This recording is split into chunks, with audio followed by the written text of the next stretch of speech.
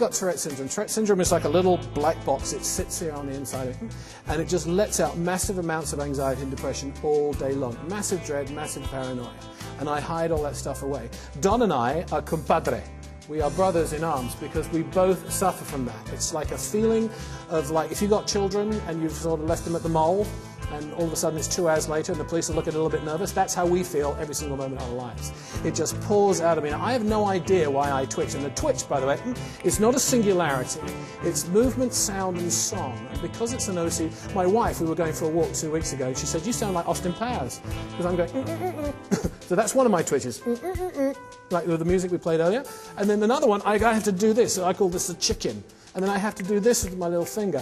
I have to press down on one of my teeth. I've got to do that, and I've got to pull here at the same time. Now, that's a symphony of sound, movement, and song that I have to do. And here's the thing. As I start doing it, then my brain says, if you do it just right, and it's hard to explain why, I have to do this. And if I get the right feeling, then all of a sudden that pressure goes away. It's like paying the man. If I pay the man, the pressure goes away. In other words, the pressure and the anxiety and the depression just builds and builds and builds. And when I do this, and then it all goes away.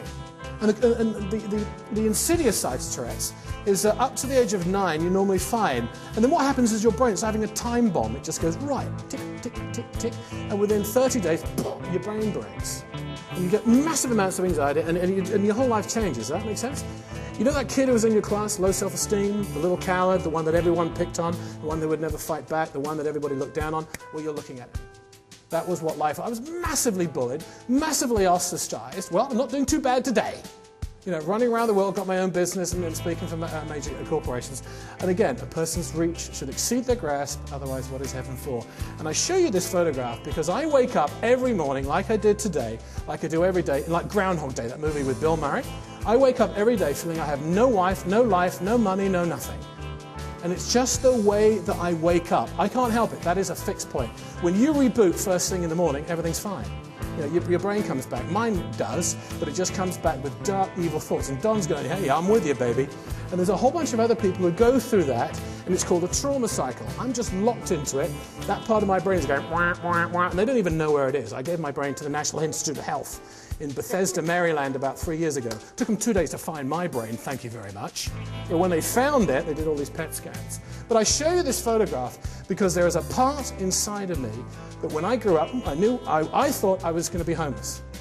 I thought I was never going to be able to have a job, and it was just, I just knew that I didn't fit in, and that everything for me was broken. I mean, imagine, at 9 years old, you can't talk to your parents about it, you can't even talk to yourself about it. But you learn to deal with this stuff, and anybody who has a disability, I'm telling you, all you need to do is to give us a chance, and we will knock the socks off you.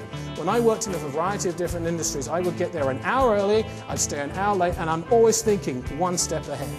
I was absolutely 100% motivated. And like Patricia, who you're going to meet in a second, you know, people say, oh, it's so inspirational, you've got Tourette's, or you're so inspirational and we're blind. You know, we're both saying, forget that stuff. We don't even see that. We don't want pity, we don't want sympathy, we just want to be given a chance, and you'll be amazed at what we can do for you.